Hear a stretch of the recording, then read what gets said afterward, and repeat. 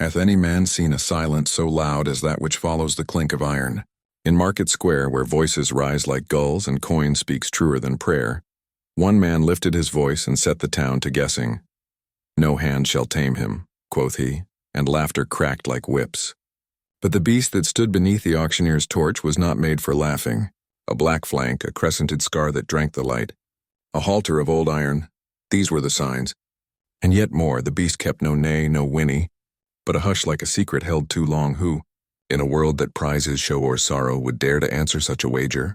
Who would step from shadow into that bright jeering ring, with nothing but a small song upon her lips and a memory in her hand?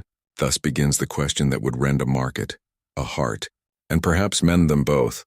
An auctioneer bets that none can tame his horse, but a young woman, with a wound beneath her ribs and a missing shard of her life, moves toward the beast as if fate itself had whispered her name. What follows doth trouble the hungry crowd. What follows doth ask, what price must a soul pay to call another soul free? Eleora kept her mornings like prayers, slow, exact, faithful. Before the town awoke, she was in the stable, fingers smelling of hay and dawn, hands learning the language of warm flanks and lowing breath. She spoke little. She had scar upon scar that need not be shown. In the quiet of the stall, she tended horses as if repairing delicate clocks, checking hoof, wiping sweat, listening to an animal's small complaints and answering them with the hush of a lullaby. Her mother hummed by the hearth. The tune was small, a thing she kept in her throat like a talisman. She hummed it now as she braided mane and mended torn girth, and the animals would lower their heads as if memory lived in her notes.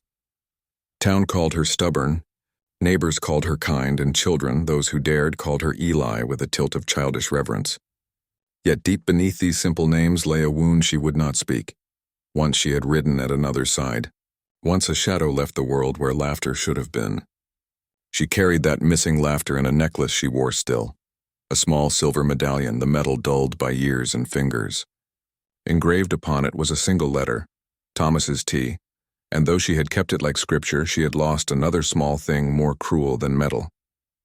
The memory of that loss shaped her quiet. The town itself wore autumn like a sober cloak, leaves browned on the eaves. Market stalls groaned with cider and wool. Master Garrick, the auctioneer, was a man of loud coin and louder mouth, a tongue honed to slice both purse and pride. He had a laugh like a bell and hands like a magistrate's, always quick to judge. Garrick loved proclamations. He loved to set a wager and watch the town either rise or bow. The market square was his stage, and he fed it spectacles that kept the common folk clinging to their seats. When he spoke, the crowd leaned, for he could decide which heart to bruise and which to flatter. Rumor walked before the man as if tied to his heel. A horse at his neck's sail, it was said, that none could tame. Some whispered of a beast that had belonged to raiders, others of a colt bred from a war stallion's thunder. The truth was that Garrick loved a problem that would keep him at the center of talk, and a tameless horse promised coin and spectacle in equal measure. Eleora had not meant to go to the auction. She kept a small stable on the edge of town, a place of honest work and weary rent. The landlord's letter had come weeks prior, read in the corner, the word due written with a capital that felt like a judge's gavel. Her hands, though skilled, could not conjure coin from song. She took in a mare to pasture, sold a bale or two of hay, and stitched collars late into the night. Still the debts pressed forward like a tide. She went to market because work, and the promise of a thing rescued drew her. She told herself she went to watch, to learn the town's temper. Yet her steps were also drawn by something older. Her fingers, once calloused for saddle, remembered the feel of a mane beneath, the way a horse measures a hand before it trusts. She had met many horses in her life. Each one spoke different griefs. The beast knew when a hand had been quick to strike, when a voice had been quick to judge. Eleora had the habit of seeing the wound before the show. She would look for the scar that told the story the tongue could not. So when Garrick set his stage and the crowd thickened, she stood where a woman might stand, on the edge, hands folded, keeping watch. The air smelled of tar and apples. Torches were lit though the sun hung low. Shadows lengthened. Master Garrick cleared his throat, that trumpet of a sound which could coax gold from the most stubborn purse, and the whispering that had preceded him found its thunder. He called forth the beast as one calls forth a storm. The great door creaked open and the horse came like a shadow walking. He moved without noise. Even his hooves seemed to listen. Where his flank met light, there was that scar, white as bone, crescented like a moon cut out by a blade. A heavy iron halter clung to his head, the chain too thick for show and too black for polish. The crowd gasped. Some would have called him beautiful. Most merely called him trouble, for even in silence he kept a coiled danger in the set of his neck. The horse's eyes were not the liquid, trusting orbs folk write of in songs. They were like embers banked, watchful, suspicious, as if he had known hunger and had chosen a narrow-bearing survival. He would not neigh. He would not roll his nostrils in the want of common affection. He stood mute as a locked chest. Many horses will offer a sound as an honest passport to their state. This beast withheld his passport as if to say, "Judge if thou canst." Yet Eleora's gaze did not flee. She felt a prickle beneath her breast, a recognition not of sight but of cadence, a way this horse held himself that whispered of some other breath she had once known. Her throat tightened. She clutched the little medallion worn soft against her skin and hummed, just under the market din, her mother's small, unadorned tune. The sound trembled there, and no man heard it but the horse. In the hush that followed, one man laughed, a coarse sound. Garrick's eyes glittered with appetite, for currency and scorn alike. Garrick's bet was made with a theatrical hand. "I swear upon my trade," he roared, "no man nor maid nor any who prattle of gentleness shall tame this beast. Name thy price, and I will take thy coin. Name thy courage, and I will take thy pride. He is a horse that bears his own law." The crowd loved it. Men stepped forward, or rather men stepped back, for fools were rare and spectacle was cheap except for those who paid in skin. A string of bold youths tried their skill. One, who boasted a champion's name, approached with whip in hand and a voice like cold iron. The horse lifted one ear, as a man lifts only a necessary eyebrow, and the whip said nothing. The boy tried to coax him, to prod with sugar and slap with command. The beast moved like a mountain that will not be pushed. He twisted, flared nostrils, and struck. The whip caught empty air. The boy's pride did not. The crowd laughed. Garrick's smile was a knife. Eleora watched the attempts with the steady gaze of a person who reads the slow book of motion. When the boy left with a bruise and no pride, the horse's eyes cut to the edge of the crowd and found her, found the hand that hummed without a voice. Something subtle shifted, a tiny softening at the corners of the eye, a nostril that tasted more than wind. People might say a horse knew a friend when it found him. Eleora would say only this: a horse listens for what he needs and will accept or deny. She had no coin to buy the beast in any usual manner. Her merchant days had gutters of unpaid debts and a ledger that favored creditors. But Garrick loved the scent of a wager. He saw in her the pleasing shape of a story, humble girl, great beast, and he proffered a wager that pleased both appetite and cruelty. "If thou canst tame him ere the sun sets on the 7th day," he said, "I shall surrender the beast free as any prayer. Fail, and thou shalt serve me in my stalls for a year and a day." The crowd's murmur rose and fell like surf. A year and a day, an old phrase meant to bind and to shame. Eleora felt the weight of it like a hand at her throat. She thought of the rent unpaid. She thought of the medallion at her breast that bade her remember. She thought of the horses who give their trust but once. Her chest tightened. She took the wager.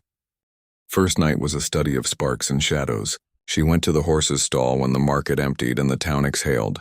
The beast watched her approach with the wary interest of one who remembers every slight. He shifted his weight, planted his feet as if to say, "I will not be led by a stranger." She moved slow, as a thought moves, and the horse's ears turned. First one, then the other, like ship's sails finding wind. When she put her hand upon him, the hair lay like velvet and then rose at her palm as if each hair were a question asked aloud. Eleora hummed her lullaby, the one that mended an aching shoulder once and soothed a fevered child. The sound was small, almost a shame to be heard in that rough place. The horse did not bolt. He did not bite. He simply breathed deep, slow, and let the scent of her pass over him. And then, at the end of an hour that felt like a small eternity, he drew himself back, and with a motion as precise as a surgeon's hand, he reached into his mane and dislodged something old. It clinked small against wood. Eleora's fingers that had mended straps and hair touched it, and the world narrowed as if a lens had been shifted. There upon the chain tangled in the horse's mane was a little silver medallion, dull and worn, and upon its face, unmistakably, The letter T-A breath she did not mean to make burst from her lips. The medallion, her brother's. She had thought it lost years ago on the road that led from their childhood hill. The metal was the very shape of memory. She held it as if it were a living thing, and the horse's own eyes, for the first time, seemed to say what none of the town had known. This beast had been close to someone she knew. A shout from the lane stabbed the dusk. "Thief!" someone cried.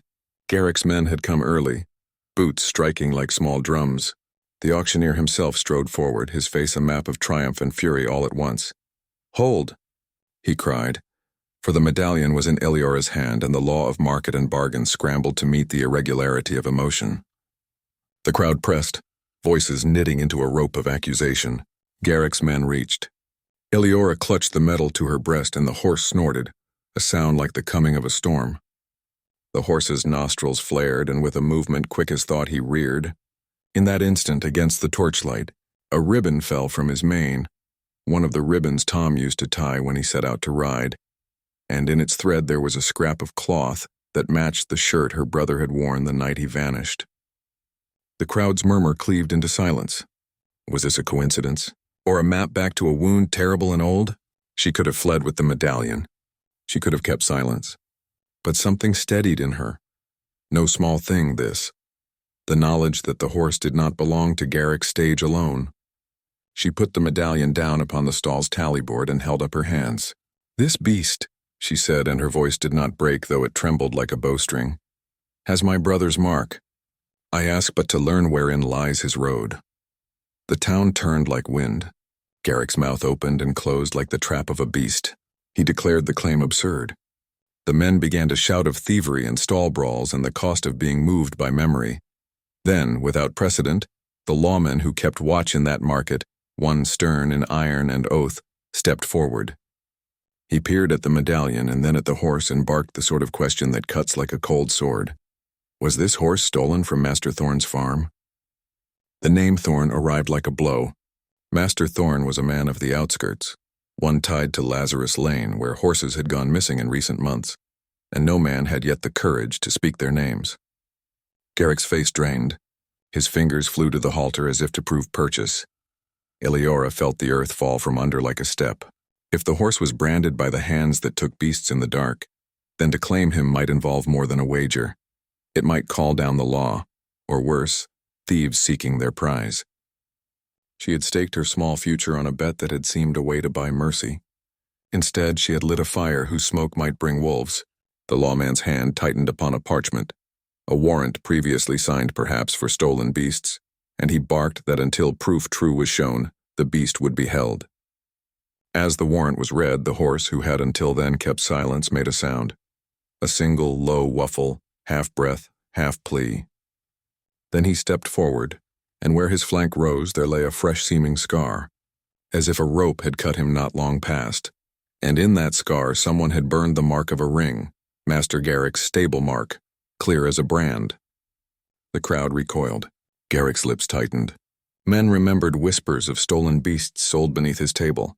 The town's judgment leaned now not on jest but on accusation. Was Garrick a traitor in misfortunes? Had he sold a horse whose name belonged to a missing man? Eliora's heart pulled taut like a tethered mare. Night fell, and with it the market's fever cooled to a hard, bitter thought. Eliora could not sleep. The medallion lay heavy upon her bedside, a small stone in a river turned fast. If the horse had been close to Thomas, if this was the road that led to the boy who left and never returned, then her wager had become a hunt for truth. She had to know. Yet knowing had teeth. In the days that followed, 3, then 4, Eliora worked the beast as if unraveling a knot. He would not yield to the rope's kiss. He shied at the coppered jingles of coin and flinched at Garrick's barked commands. But when she hummed the small lullaby, when she fed him nothing but patience and the softness of hands that had known grief, he turned his head and let the fingers rest upon his cheek. He would breathe warm against her knuckles, and sometimes, in the mist of morning, he would press his forehead to her shoulder, as if making amends to some memory only he bore. These tiny fruits were not the taming Garrick had scoffed at, yet they were the beginnings of something that might yet be called trust. Obstacles multiplied. Garrick, enraged, set a rival between them, a man named Harlan, a showman with a whip in his voice and sharp coin in his cuff. Harlan's aim was to break Eleora's attempt by force, to show the town that tenderness was a fool's coin. Each time Eleora took the beast from stall to ring, Harlan would bar the way with a boast and throw a cloak upon the beast's head to make him fret. Once, in the press of those cruel games, the horse lunged. Eleora's foot slipped and she struck the earth. Breath bled out of her like spilled grain.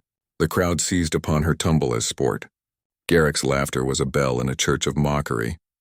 On the fifth day, when weariness and hope warred in equal measure, Eleora entered the stall to find a scrap pinned beneath the manger. Paper, a courier's note, folded thrice and stained with weather. She unfolded it with hands that shook and found lines that made the blood in her fingers run like ink. If thou seek'st Thomas, come to the mill at dusk. He rides no more for gold. The note bore no mark but the circle of a ring, Master Thorne's ring. Therein lay a promise or a trap. Who had sent it? And who would stand waiting at the mill when dusk bled into the road? They say a turning point is a blade that cuts both flesh and cloth. For Eleora, that scrap was such a blade. She had promised the town a feat of gentleness, yet now gentleness was also the key to an answer older than her debt. To go to the mill might mean finding Thomas or finding only the echo of a name. To stay would mean finishing the wager in the glare of Garrick's scorn and possibly losing everything. Her choice would close a door or open into a storm. She set her jaw like a horse bracing his shoulders, and in that steadiness the beast at her side rubbed his cheek to hers, as if blessing the choice or warning. So ends the first part, with dusk bearing down and the mill's shadow long and black upon the map of the world. Eleora's foot set toward the path that led away from the square. In her pocket the medallion burned like a promise. Behind her the horse watched with ember eyes and a heavy chain that clanked like the ticking of a clock. What lay at the mill, truth, trap, or another turn, waited beyond the hedge of night. Major. As she crossed the shallow ford, a cry rose from the town behind her. Garrick's voice, mangled by rage and something like fear, carried on the wind. Seize her. She steals what is not hers. Men ran, boots slashing through puddles. Torches flared like angry stars. Eleora felt the medallion tug at her heart and the horse behind her stamp as if to say, Ride while thou may. The road split. The law's shadow lengthened, and the world contracted to this single, jagged choice: flee toward the mill and the hope of Thomas, or turn back to face public wrath and the truth of Garrick's coin. Dusk had torn the sky to ribbons when Eleora reached the mill. The wheel turned slow as memory, and the river thudded like a heart that kept its ache. Shadows pooled beneath the eaves, and the stale smell of old grain rose in the breath of the place. She crept. No. She moved with the sure small courage of one who knows how to bend to great things without breaking. And the mill's door gave a sigh, as if it too remembered a footfall that was long gone. Inside, the light was a thin coin in the gloom. Chains sang like shy birds. There he was, Thomas, more hollowed than the childhood she could conjure from a medallion.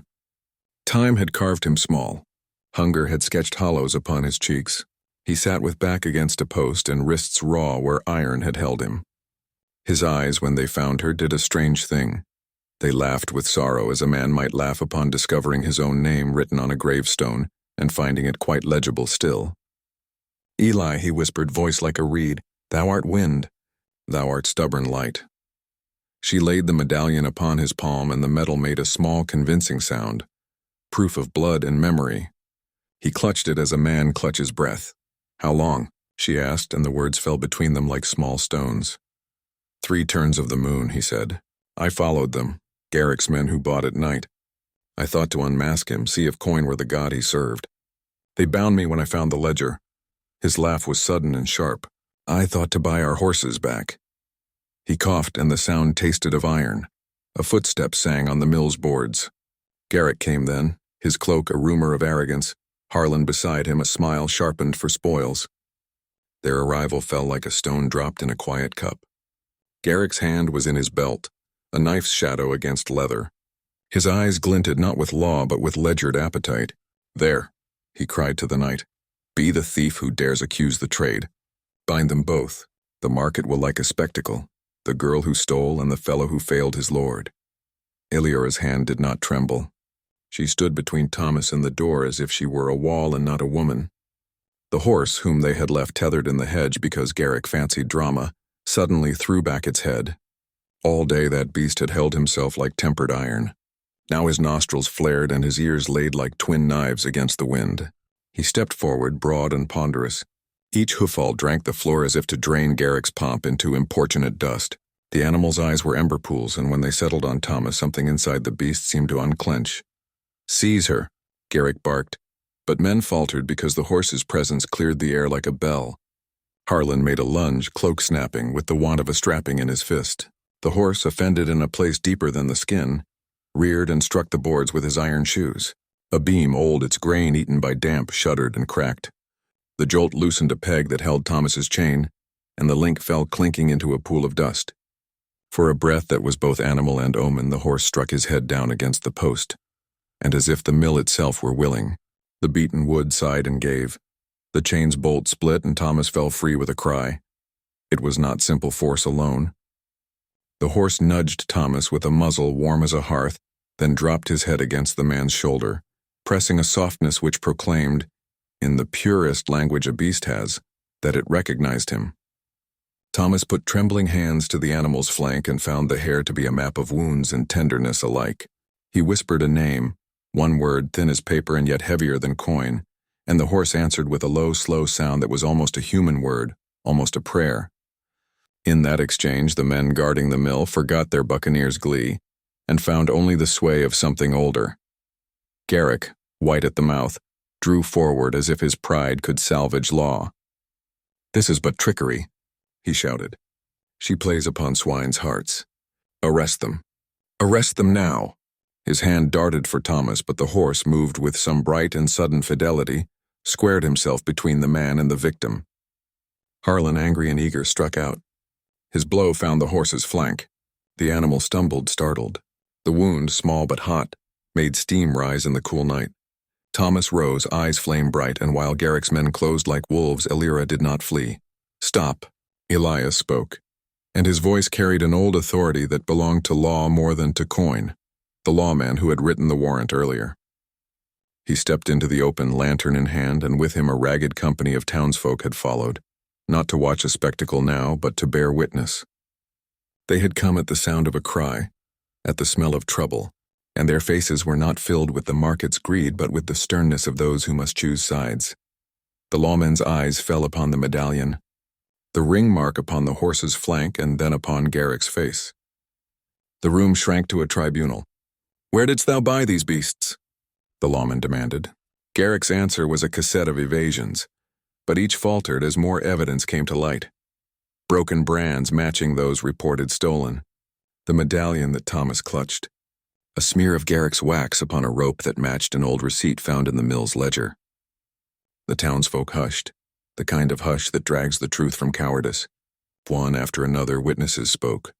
A stable hand with a guilty eye, a wagoner with a memory of midnight trades, even a woman who had seen Garrick's men load horses into a hidden cart. The net tightened like a noose of ledger and tongue. Garrick's colors drained.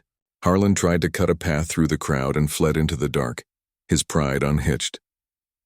Garrick himself, realizing his market had become a home for accusation and not for sale, turned a face like split copper and muttered threats the lawman did not hear. He was seized not by the mob's violence but by the cool iron patience of the law. The lawman read the warrant, and in a voice like a bell tolled for the end of a season, he said, "By these proofs this man is held until justice be done." The horse, his flank bleeding by Harlan's blow, stood quiet as a king who had but laid down his scepter. Thomas Freed did not leap into speech. He sank to a knee and took Iliora's hand, the hand that had held a medallion and hummed a song, and placed it to his forehead. "Thou gav'st me home," he said. "Thou gav'st me a road back." The horse nudged the medallion into Thomas's hand as if to say, "Keep this. It is not the thing that frees, but the promise it binds." In that small motion the beast sealed the truth. He had been bound to a memory that reached across hurt and time, and in freeing Thomas he had cleaved injustice at its root. The climax broke with the town's breath coming slow, like a crowd who finally sees and thus cannot unsee. Garrick, handcuffed and led from his pride, cast a look at Eliora that held both a threat and something like rue. Harlan's footsteps fled.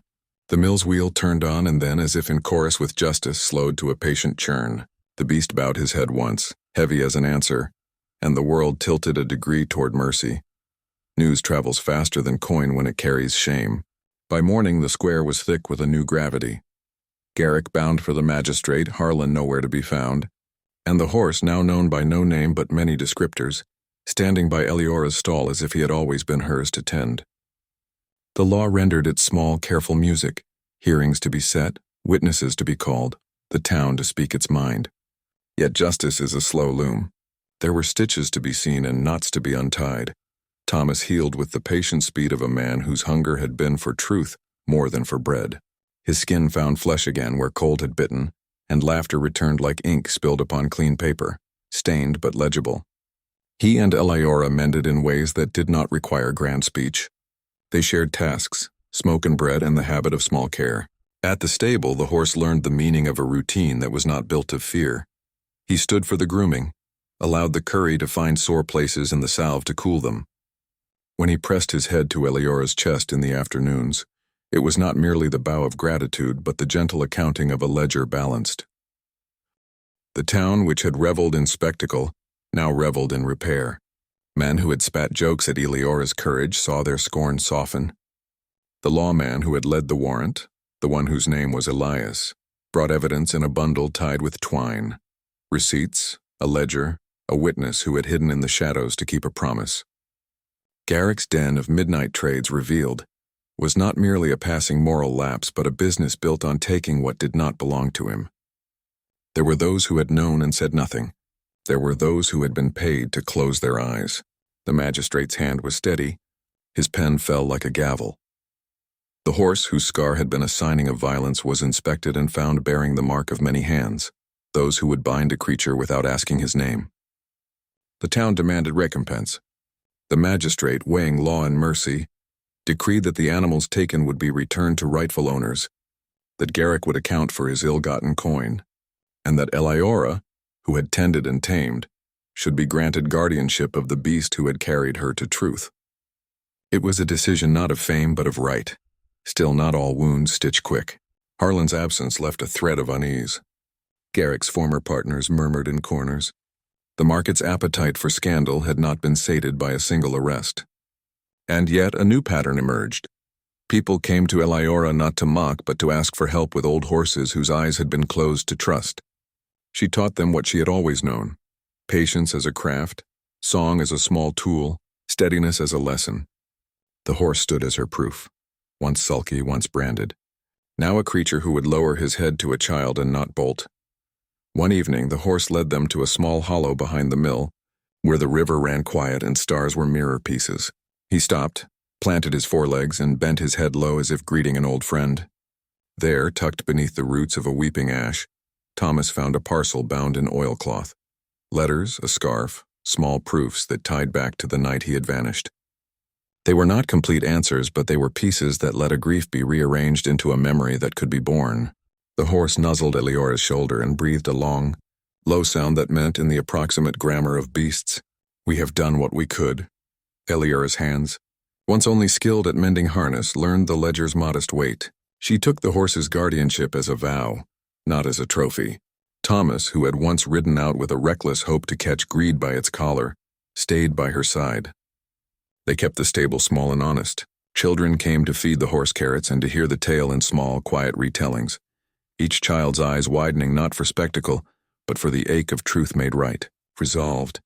But the world did not forget the edge of danger. Harlan's name, like a stain, had not been fully washed. The magistrate sent word that the search for him would continue. Garrick's trial would take place in the season to come. For now the town breathed, and breath is its own small salvation. Seasons move with the certitude of a well-wound clock.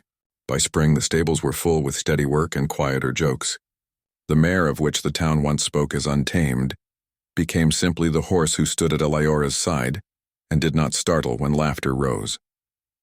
He learned to let a small child climb upon the bale beside him. He learned to find his footing in sunlight and patience. When Eliora hummed the small lullaby that had soothed the barns in her youth, he would press his forehead to her hand and close his eyes, savoring the tune as if it were a map back to kinder days. Thomas and Eliora mended the ledger of their lives with steady stitches. They bartered skill for repair, honesty for favor, and the town responded with the slow kindness of those who had learned to look twice. The mill, once the stage of desperate truths, turned its wheel with new grain and new debt paid. Garrick's sentence was not a play's abrupt exile, but the market's long accounting. He was fined, shamed, and set to make restitution where the law required. The proud were humbled. The humble were steadied. Harlan remained a name to be found by those who would look for him, a lesson in the cost of cruelty.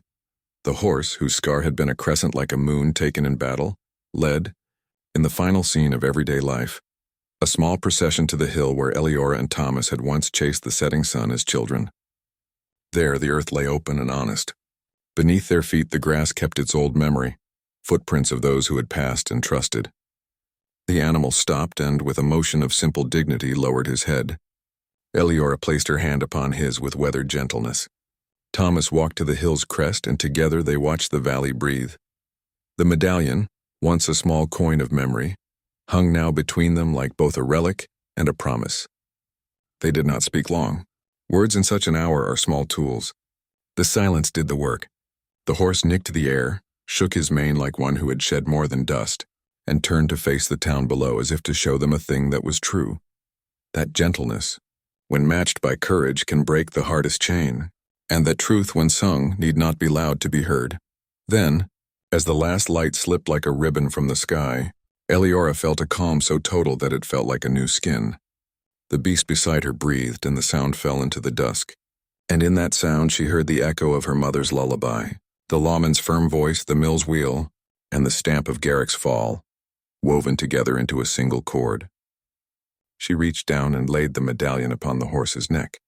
The animal dipped his head and, with a motion both gentle and final, nudged the medallion toward Thomas and then toward the ground. It was not theft reclaimed, but a gift returned. No small thing, this, for the medallion was less an object than a knot untied. And at the summit, with wind as their witness, Thomas took Eleora's hand, and the horse stepped forward to lead them down the path home. The town behind them hummed. Children chased shadows. The lawman readied his reports. And the mill, ancient and honest, turned on. One last line remained to fall, a line for the memory to keep, like a coin placed under a pillow. It must linger in the throat and haunt with the taste of salt and afterlight. So Eleora's voice, small and steady as a bell stroke, spoke it, and the hill kept the echo. Thus rode we not to win our fame, but to reclaim a name, and in that clearing the untamed found its own peace. If thy heart was moved by this tale, subscribe and ring yon bell, that thou mayest join us anon for tales untold. If this story touched thee, press subscribe, leave a word below, and strike the bell so our next telling may find thee.